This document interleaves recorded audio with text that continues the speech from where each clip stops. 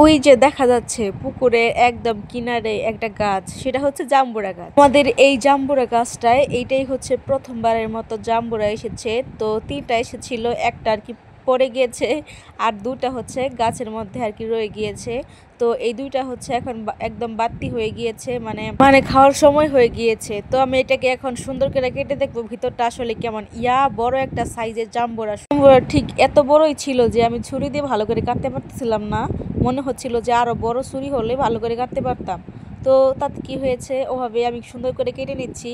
আর জাম্বুরা ছিলতে কিন্তু অনেক বেশি পরিমাণে ভালো লাগে, কি সুন্দর করে এইভাবে কাটলেই কোষগুলো আর কি বেরিয়ে আসে।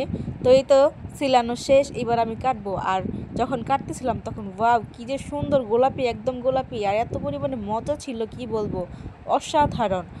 মানে ফোনের মধ্যে যেমন তেমন একটা বোঝা যাচ্ছে না যে কি পরিমাণের গোলাপি, কিন্তু আসলে বাস্তবে অনেক বেশি পরিমাণে গোলাপি ছিল, অনেক বেশি পরিমাণে মজা।